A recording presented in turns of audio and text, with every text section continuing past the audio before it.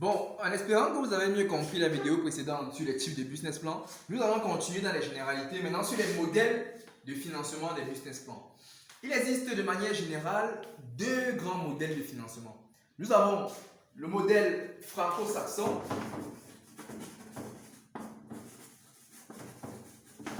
Ce modèle, il est simple. C'est un modèle qui fait confiance aux entrepreneurs. Ça veut dire, vous voulez lancer votre projet, vous n'avez pas encore d'expérience dans ce projet-là, vous présentez un très beau document, 20, 30, 40, 50 pages, et on vous fait confiance en vous octroyant le financement. Généralement, ce modèle est plus mis en œuvre par le gouvernement. Par exemple, avec le plan spécial triennal jeune. Là-bas, pas besoin d'avoir une activité pour être financé. Vous venez juste monter un projet, vous déposez, ils vont étudier et ils vous financent. Là, c'est un modèle très simple. Il y a un second modèle qui est le modèle anglo-saxon.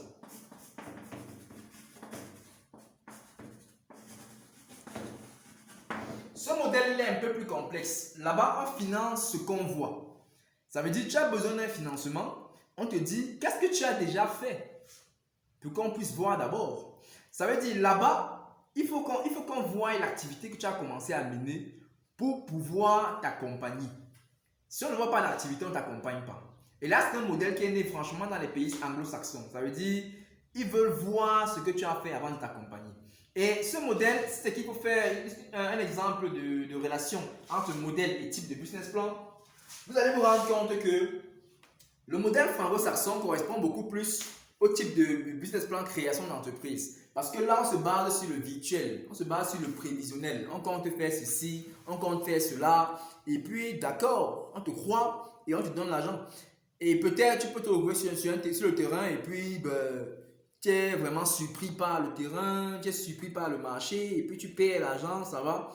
Mais le modèle anglo-saxon prend plus de garanties. Ça veut dire le modèle anglo-saxon finance uniquement la modification d'entreprise et la reprise d'activité. Ça veut dire qu'on veut voir que l'entreprise existe déjà avant de donner notre argent. Ou bien on veut financer uniquement quand tu veux reprendre l'activité. Maintenant, pour faire simple, ce n'est pas que vous allez dans une banque demander je veux un financement selon le modèle franco-saxon. Parce que de nos jours, la majorité des banques financent dans le modèle anglo-saxon. Ça veut dire lorsque tu veux un financement, pour être sûr que tu auras ce financement-là, la banque a besoin de voir que tu as quand même déjà commencé quelque chose, ou bien que tu as une petite activité, à défaut d'avoir peut-être une grosse garantie, ou bien d'avoir une grosse quote-part. Généralement, c'est comme ça. Ça veut dire que les gens veulent d'abord voir ce que vous avez déjà fait. Mais maintenant, notre conseil, KBA conseil, c'est il est bien de monter un projet en type création d'entreprise. Là, c'est pour un début. Mais commencez en mode minimal, ça veut dire avec vos fonds propres. Mais après donc, vos fonds propres, recherchez maintenant un financement plus grand pour lancer dans ce qu'on appelle la modification d'entreprise. Ça veut dire lancer votre projet au début. Faites d'abord un an dans ça. Ça veut dire, si vous voulez faire par exemple une entreprise qui fait peut-être le Conchap en sachet, faites pendant un an. Ça veut dire essayez un an de Conchap. Vendez, on voit comment ça marche. Là maintenant, quand vous allez demander un financement de 10 millions, ou bien de 20, ou bien de 30, ou de 40 millions à une banque ou bien à un particulier, il va dire montrez-moi les chiffres que vous avez déjà réalisés en tant que vendeur de Conchap. Vous allez dire, bon, la première année, j'ai fait un chiffre d'affaires de ceci, ça a donné cela, et ainsi de suite. Et je vous rassure que le gars, il sera plus motivé parce qu'il va dire, au moins, il voit l'entreprise qui tourne. Alors que celui qui vient uniquement en création d'entreprise demander 10 millions, ben, à tout moment, on peut se dire, ce gars, il veut fuir avec l'argent. Ça veut dire, effectivement, tu peux prendre l'argent, mais après, tu te retrouves en train de fuir avec.